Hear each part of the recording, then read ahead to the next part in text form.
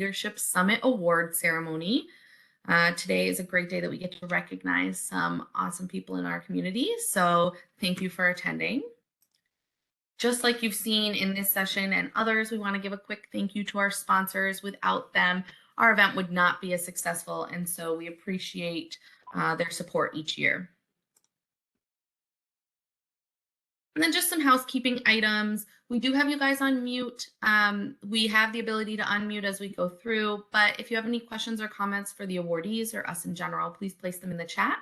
This presentation, as well as all of the other presentations for this week, will be recorded and archived on both the AHI YouTube page and the North Country Leadership Summit webpage.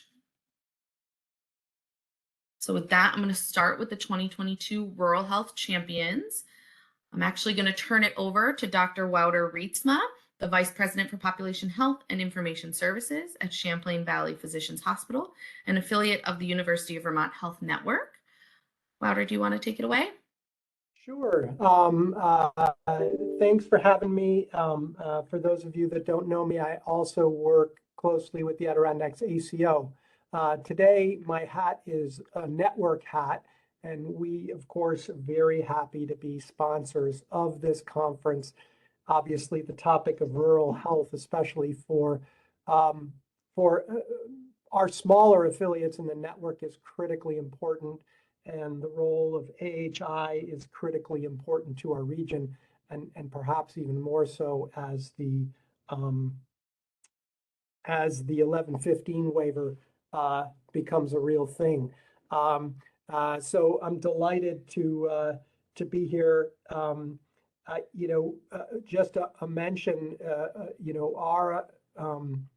our involvement in rural health. Alice Hyde Hospital, one of our network hospitals, just received a HRSA technical assistance grant, working with technical assistance for a couple of years around rural health and every component of rural health, from the finance to the quality to the services to the partnerships. So that's really exciting for them, and it probably will interact and spill over somewhat with AHI, with the ACO, and with the 1115 waiver should it come to fruition. So we're happy to sponsor. I see Bill Borgas on the screen. I'm very happy for Bill. I spent a lot of quality time with Bill throughout the pandemic. Talking about COVID, and it's really nice not to be talking about that so much anymore. So with that, I will turn it back over. Thank you. So our 2022 Rural Health Champions this year are Dr. Amy Corliss from Adirondack Health and Dr. William Borgas from Hudson Headwaters Health Network. These are two champions that are recognized for their efforts in our rural communities, and we appreciate all the work they are doing. I'm going to start with Amy. I'm hoping that you're on. I haven't been able to see the list, but I will get started and we'll go from there. So Dr. Amy Corliss was recognized as our 2022 Rural Health Hospital Champion. She is the medical director of the hospitalist program at Adirondack Health, and a snippet from her nomination reads, "It is my pleasure to nominate Dr. Amy Corliss as the Rural Health Champion of the Year. Since coming to Adirondack Health in 2022, Dr. Corliss has shown herself as an exemplary provider and dedicated colleague. Adirondack Health, as well as all other rural community hospitals, has seen a decreasing ability to successfully transfer patients to other institutions burdened first with higher patient loads from COVID and now ongoing staff shortages, resulting in patients remaining in small hospitals who are sicker and require more services than historically would be cared for, somewhere like here. Dr. Corliss has stepped up to ensure that these patients are well taken care of, advocating for them when they truly need to go elsewhere, and collaborating with specialists throughout the region to bring needed care locally. She has been at the helm, leading at the hospitalist program through many changes, working to build the hospitalist team, and providing guidance to develop a critical care telemedicine program so that if patients cannot be transferred, the intensivists are brought to the bedside to enhance and complement the skills and clinical acumen of our physicians. She has been a role model to her colleagues, remaining calm in exceedingly stressful situations, providing education to students and staff, and strengthening relationships throughout the institution. I look forward to seeing what additional changes may be inspired under her future leadership of our program. Adirondack Health Medical Services Chief, Dr. Anthony Tramontano, summed it up well when he said to me, "For the past few years, I have had the privilege of practicing alongside Dr. Corliss.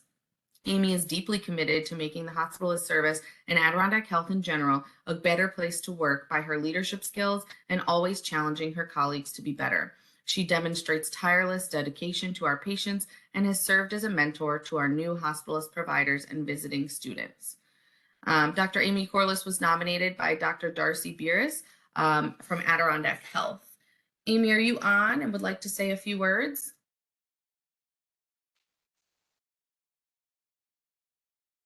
Nancy, did you see her? Yes, she's on.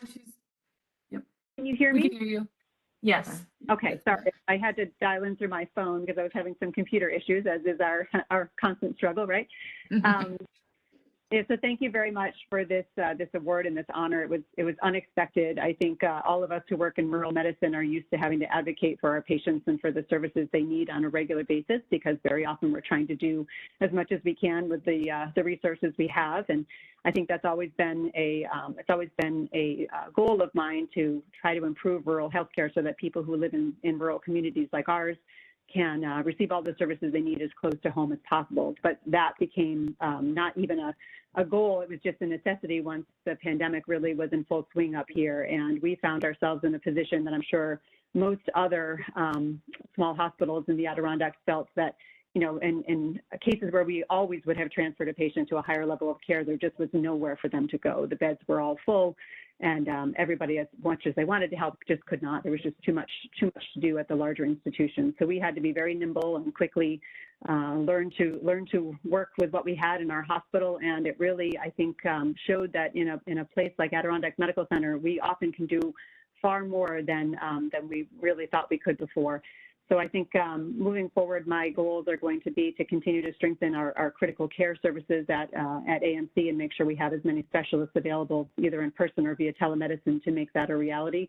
And continue to recruit providers who have the skills and the experience to serve people in rural hospitals, so that more and more people can stay closer to home and be here with their families, as opposed to having to go, many, many miles away to the larger cities.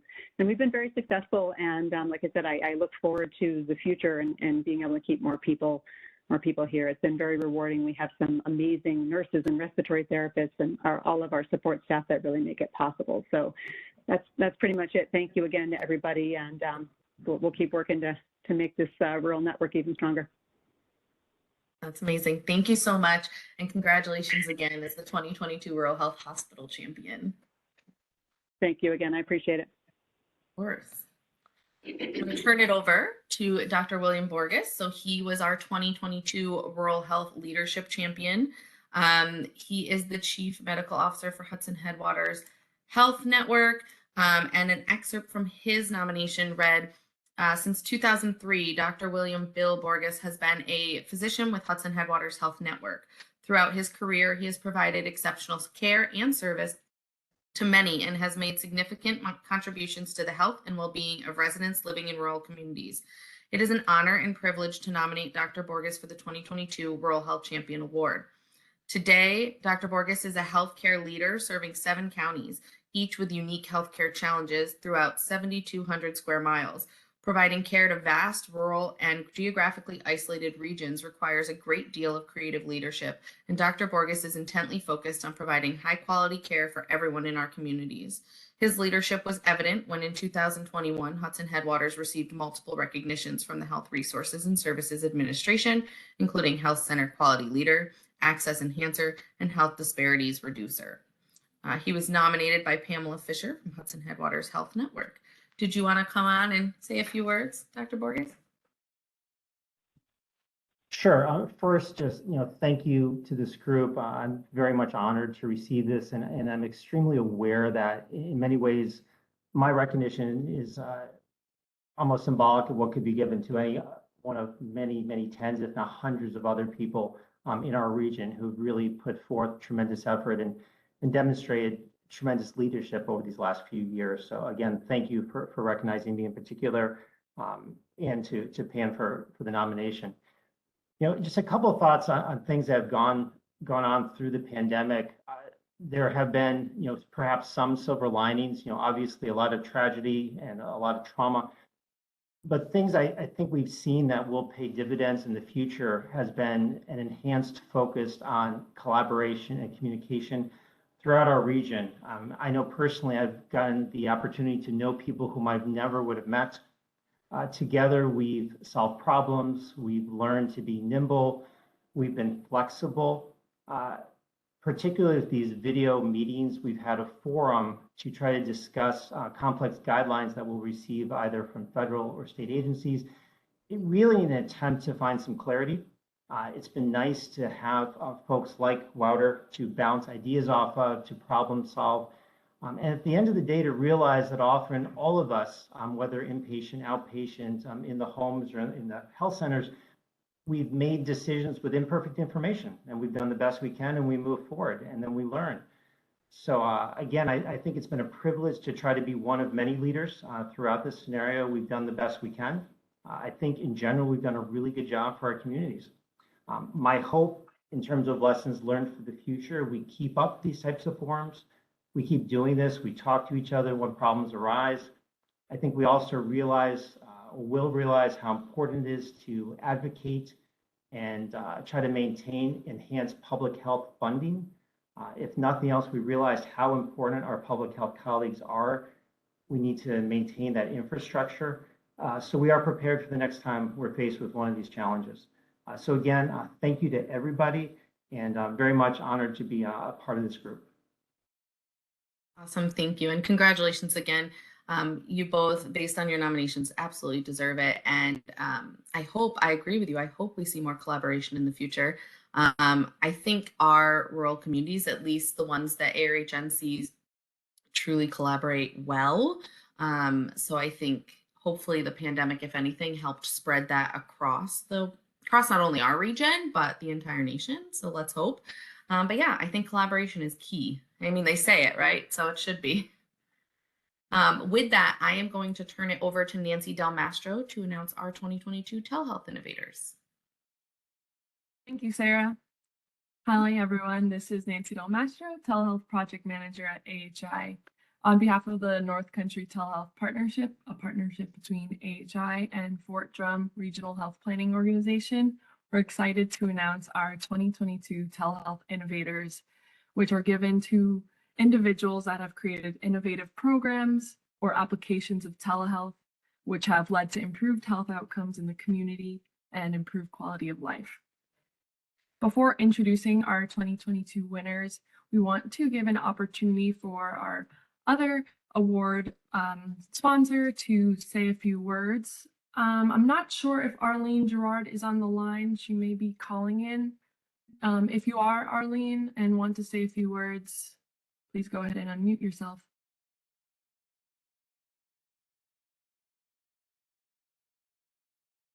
I don't think she is on, but we would love to thank Glens Falls National Bank and Trust for their support as well for our award ceremony. And with that, our 2022 Telehealth Innovators are Nancy Schuyler and Dr. Michael Roche of Mountain Valley Hospice and Palliative Care. Before reading an excerpt of their award, I want to talk a little bit about the program.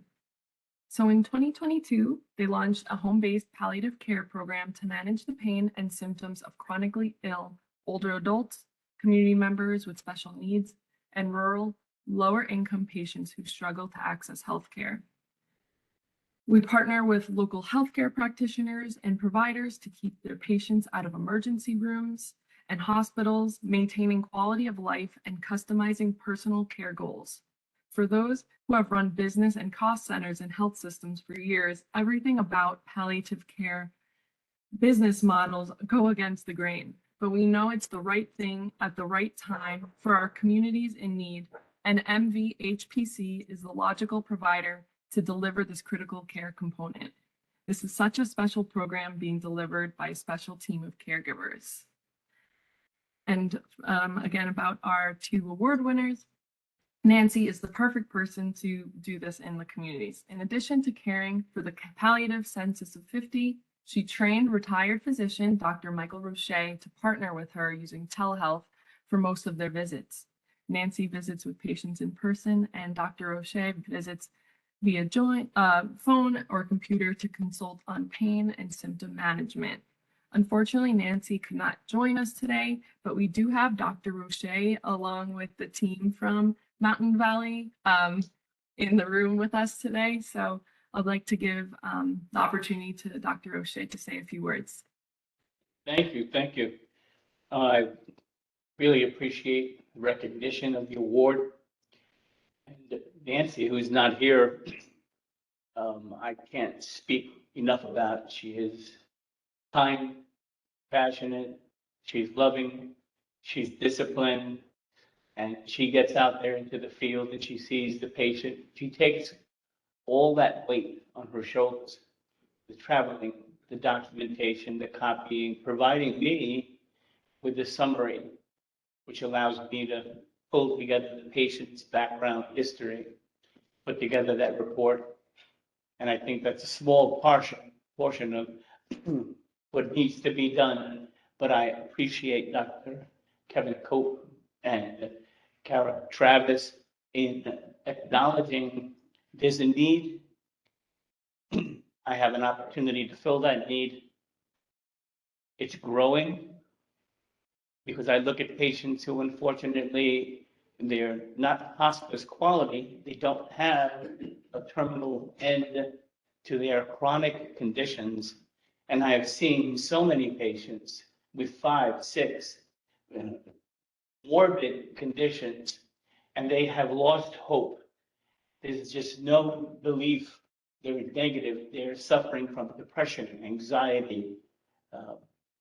They become quiet. They have troubled their families. Their families don't know what to do. And they believe they're supposed to sacrifice their lives for the patient to the tune of 3 and 4 years. We're here. We are here. You don't have to be alone. You don't have to suffer through the hardship of a 24-hour a day, 7-day a week sacrifice of time, energy. They need help. They need caregivers. They need to accept that. It's okay. Bring them on board. Take a break. Do something for yourself. Families that are falling apart because of this destruction and the devastation. So the idea is to come on board, let them know we care. We spend the extra time itemizing what they're going through. We want to leave them with hope. And oftentimes, Nancy has sacrificed her time, has spoken to PCPs, specialists. Questions are passed on, medications are modified and changed, and that patient who's been in pain for 6 months now is getting adequate pain relief. So I thank you for the award. I thank you for recognition. The recognition should be on Nancy. I know that if she was here, she would be blushing. She wouldn't know what to say. Okay? But nonetheless, she is a fabulous partner to be working with, and I want to acknowledge her at every opportunity. I want to thank the staff. The bottom line is hospice has been working very hard for a long time to open a new door, and I'm thankful to be a part of it. Amen. Thank you. Thank you so much, and congratulations to both Nancy and Dr. Roche. I'm going to turn it back over to Sarah now. Thank you. So this year, the National Rural Health Day falls on Thursday, November 17th, 2022. For those of you that are not familiar, this is a day and actually a week, the week of November 17th, that we celebrate our champions. And so we do have our ceremony today, and we want to recognize you guys and thank you for all your hard work and congratulate you on your awards. They are more than well deserving.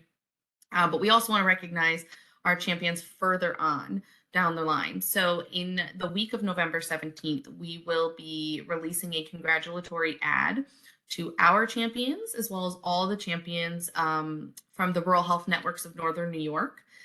So that goes together. We put it on Facebook, LinkedIn, and Facebook leads into Twitter. We have it there. We release it on our ARHN webpage, the Adirondack Rural Health Network webpage, which is available at ahihealth.org/ARHN. And then we will also be releasing it to all the local news outlets. These will all take place November 17th and the week of. We'll let you guys know when that happens. But National Rural Health Day is a day to recognize and celebrate the power of rural. So thank you guys for coming today. We really appreciate it. Thank you so much, Star Champions. You are doing fantastic work in the community and for your rural residents. And we appreciate every bit of the work you put in. It truly makes a difference. And congratulations. With that, I'm going to thank you for joining us. The ceremony, I'm going to leave it open if you guys have anything to say or if anybody wants to hop on. You guys are getting a lot of clapping hands, comments in the chat. I love it. But congratulations again to our champions. If you would like to attend any other sessions today, we have one at 1 p.m. and another at 3 p.m. And then we have 2 more days of the conference. Thank you all for being here today and congratulations. Thank you. Thank you, everyone.